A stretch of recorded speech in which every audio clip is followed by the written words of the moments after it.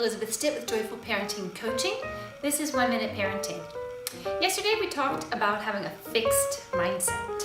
We said that was like having a can without a label and not knowing what or actually how much was in the can. Well, in a way our brains are like a can in as much as our skull keeps them contained and they can't get much bigger than the skull, right? So maybe the size of the can is set.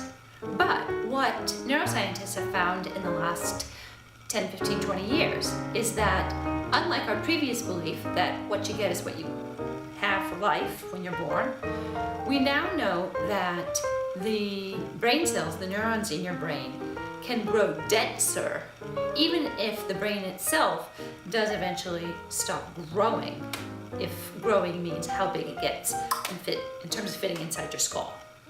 So what does that mean when our brain can get denser?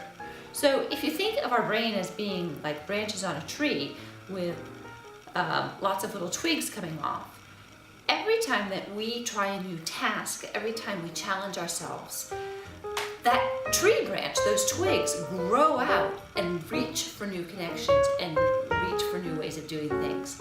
So whereas we've got one tree, we've got, to start with, we can grow an infinite number of branches and twigs off of what we're dealing with. So in that sense, our brain is like a muscle in that if we work it harder and we give it challenges, it really can grow stronger and quicker and more adept. That's the basis of having a growth mindset.